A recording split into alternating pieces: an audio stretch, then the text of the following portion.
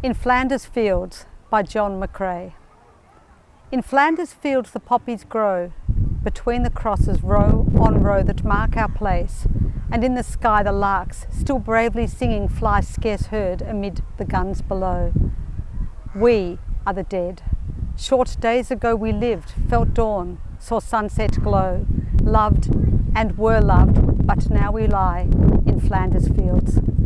Take up our quarrel with the foe, to you from failing hands we throw the torch, be yours to hold it high.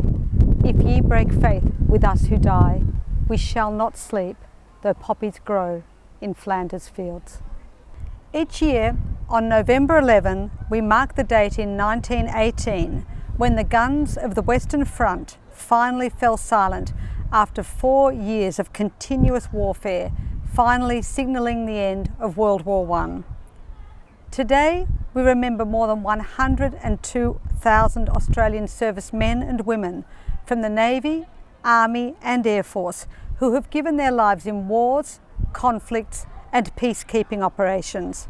Men and women who have courageously fought for the freedoms we all enjoy today. This year, Remembrance Day 2020 marks the 75th anniversary of the end of World War II. I am honoured to introduce you to a personal friend of mine, a World War II veteran who served with the Royal Australian Navy as a signalman on board the HMAS Australia. Bruce Crowell was a young man born in Bendigo, and he was on board the HMAS Australia when it came under attack in the Battle of Leyte Gulf in 1944. Here is Bruce to tell you his story. I'd been on the ship about 12 months. I joined in Brisbane. So by now, a year later, we're finding ourselves in Leyte Gulf. The dawn stand to that day is beautiful. Beautiful weather, calm, tropical morning, and a welcome respite from all the busyness of the previous day, where we'd been helping to soften up the landing for the terrible job that the troops have landing on a beach like that. So this morning is just delightful. It's just so quiet. Everybody's almost talking in whispers. And my action station at this dawn stand too was was down astern, near the quarterdeck, at the after control position, just at the base of the aftermast. Even the gunners in the two multiple pom-poms that were just above us, they're having a quiet smoke. They're just talking in whispers. And then suddenly, way over the other side of the harbour, there's the crackling of gunfire that starts to start up, and then gets louder and louder as more guns find a target, and then louder, more ships are firing, and then we can hear the drone of an aircraft, and everybody in the harbour is firing, then our own guns firing over our heads astern, and then suddenly there's this thing up above us, and it's so close, it's so low, we felt we could have touched the red discs under the wing. And then the bridge is on fire, and smoke coming up, flames coming up from evidently ruptured fuel tanks. And our immediate worry is our mates, our signalman mates on the flag deck, which is right next to the bridge. And we can't leave to go and help. We don't know what.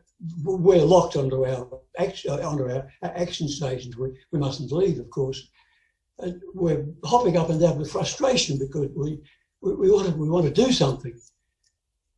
We can't, of course. We just have to watch what's happening from this distance. And then shortly, Commander Wright came along as the senior surviving executive officer to take command of the ship from this after control position. And he told us the dreadful news about the deaths, everybody killed and dying on the bridge, mostly from burns. Terrible. And we realised didn't realise then, but of course we became survivors later. So let me read an ode to those who did not survive. The men who, in this glory of their proud spirits and the unselfish madness of their heroism, have reached their harbour on the other side, may peace and tranquility be theirs always. Really, I feel I should be standing up for this one. They have no grave but the cruel sea. No flowers lay at their head. A rusting hulk is their tombstone, afast on the ocean bed. They shall grow not old, as we that are left grow old. Age shall not weary them, nor the years condemn.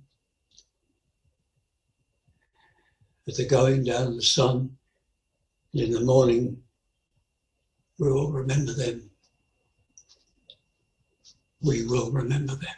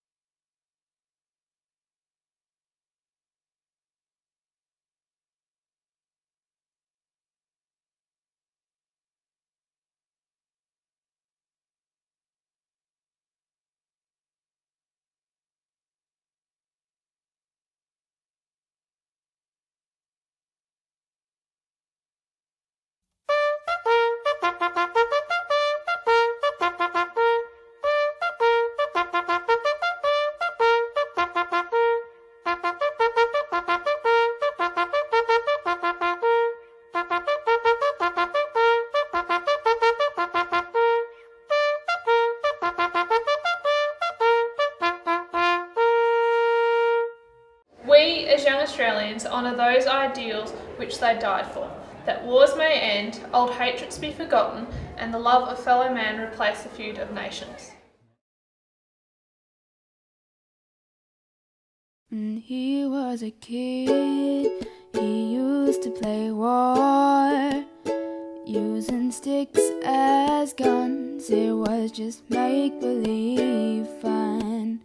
He couldn't have known back then that he would grow up, and then those games wouldn't be make-believe anymore.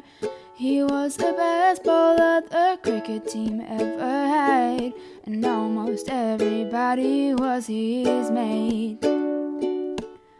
But when his country asked for his help, he gladly obliged and sealed his fate. He said, I'm gonna protect my mother and my sisters too, and all my mates back home who aren't able to. And if God wants to take me, then so be it. I'll gladly die if it protects my little sis. Freshly 18 in the 39th Battalion, he was barely trained when his train left Spencer Street Station, bound for Port Moresby, across the Coral Sea, to guard Australia's borders from the Japs. 5 months later, the Japs landed, and to Kokoda he was sent. Poorly trained and ill-equipped, but courageously he went. Through the mud and the blood in the jungle he trudged, and the bullets sped by as he heard his mates cry out, and the fuzzy-wuzzy angels cleaned up the mess. He said, I'm protecting my mother and my sisters too, and all of my mates back home who aren't able to. And if God wants to take me, then so be it. I'll gladly die if it protects my little sis. Through the endless conflict, he was eventually hit. His blood stained the muddy ground red. To help came his mate, but they both knew it was too late. So he looked up at him and he said, I help protect my mother and my sisters too, and all of my mates back home who weren't able to. And now God wants to take me, but so be it. Just please send all my love to my little sis.